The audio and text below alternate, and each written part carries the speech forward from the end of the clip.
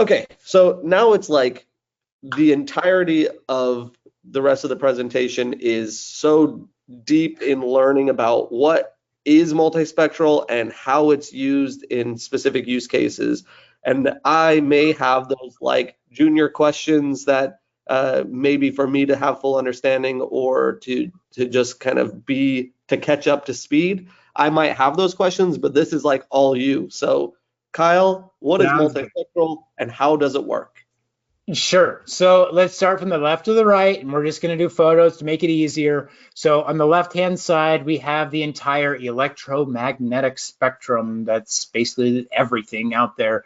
It's the visible spectrum of light that we can see, colors, very small part of that electromagnetic spectrum, but when you zoom in, you can see it's typically between 400 and 700 nanometers. That's the distance, the band of light. Blue or purples being on the low end, reds being on the high end. When you get above that, that's into the near infrared. And then if you keep pushing, that's where you get into like thermal cameras. What we've noticed over the past decades of research is that within the visual bands of light, it is very hard to tell the difference between healthy and unhealthy vegetation. So between the blue and the green and the red bands of light, there's some differentiation, but it really takes the plant nearly dying, turning yellow, before we can actually see it with our naked eyes, that stress that's hitting the plant.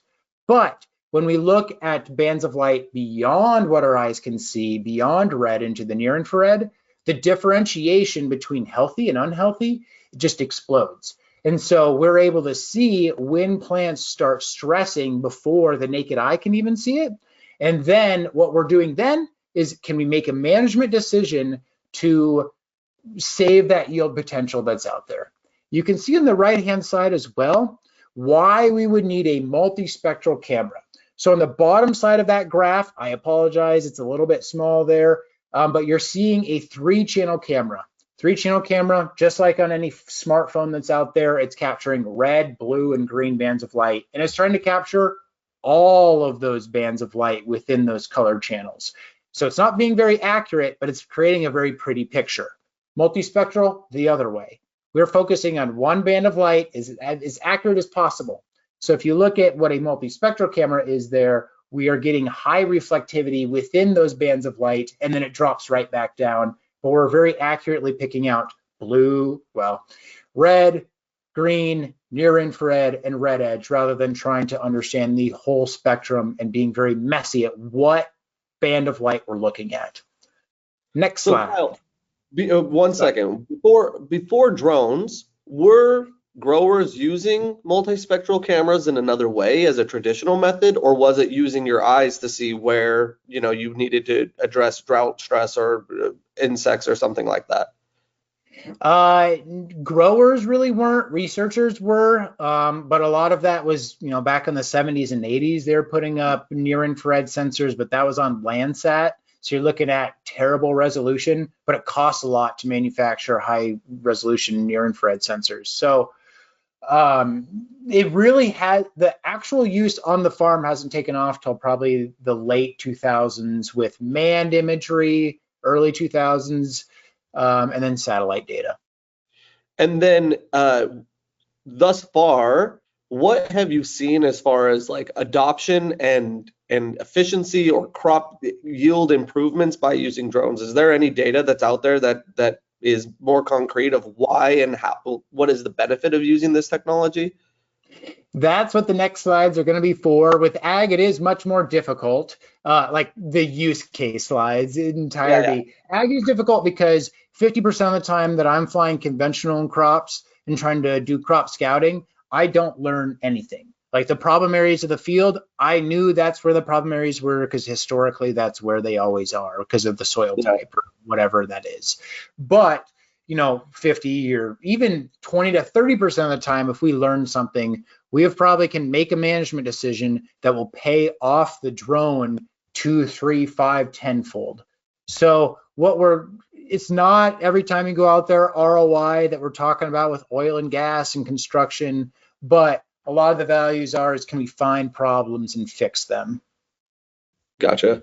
And is the multispectral data flown usually like mid-season, in the planting season, in the harvesting season? Like how long is the season that you would use multispectral data throughout the growing year?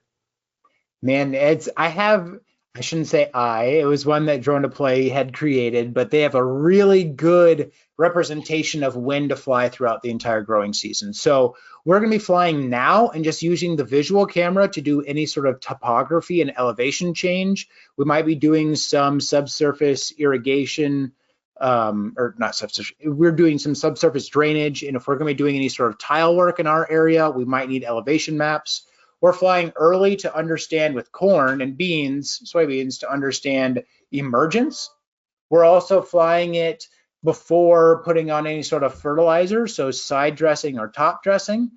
We're also flying 2 or 3 times throughout July and August, mainly July, to stay ahead of any sort of disease and understanding if and when we need to apply fungicide. So the biggest times to fly in Iowa for corn and soybeans specifically is going to be typically the 1st of April, getting topography stuff all the way towards harvest and getting drainage stuff after harvest even. So maybe one thing we'll follow up on is trying to locate that drone deploy thing, and when we send out either answers to the Q&A or recording or something, we could try to attach that to it. So I'll try to remember that. So what are we looking at here? Yeah, so we just talked about what a camera looks like when we're capturing bands of light very accurately, but only individual bands of light, like captured. We're not capturing all 3 within one image, we're capturing them individually. So each image comes back as a grayscale image, very accurate image, but we don't know really what we're looking at. It's just kind of gray, some parts are darker, some parts are lighter. You can see just a visual camera, but we'll take these individual bands and we will do a calculation on them to make, and if you want to go to the next slide, we'll do a calculation on these bands to make a map you may have seen before, a plant health map. So if you've ever heard of NDVI before, or a plant health map, it's usually based off of NDVI. All it is a calculation on the near infrared bands of light and the red bands of light. So here's a tomato plant. If you see the near infrared band image, the red band, we're subtracting the values, the reflectivity values, divided by the near infrared plus the red, a little bit confusing. But when you run it through, what will come back is a scale from -1 to 1. Typically 0 on that scale is no vegetation. Anything below that can be like water and different surfaces, but we're focusing on 0 to 1. The higher the number, the more plant biomass, the more vegetation is there. And so you can see on this tomato plant where the most vegetation is, where we're seeing the most dense. So we're taking the individual bands, converting them into a plant health map, but you don't have to worry about it. So when you convert this, are you comparing plant to plant to know like where there are issues within your plot of land, or are you looking at the plant and comparing it to itself or a known species to let it know whether it's healthy or not? Man, yeah, it all depends on what type of analysis you're doing. If you're doing trend analysis over time, you're comparing it to what that plant was a week ago within that plot. You could be comparing it to another plot for plot analysis to understand which plot is healthier. Yeah, it can be any sort of which way that you want. Okay, and does Terra / Smart Farm / Pix4D or Drone Deploy help with that analysis?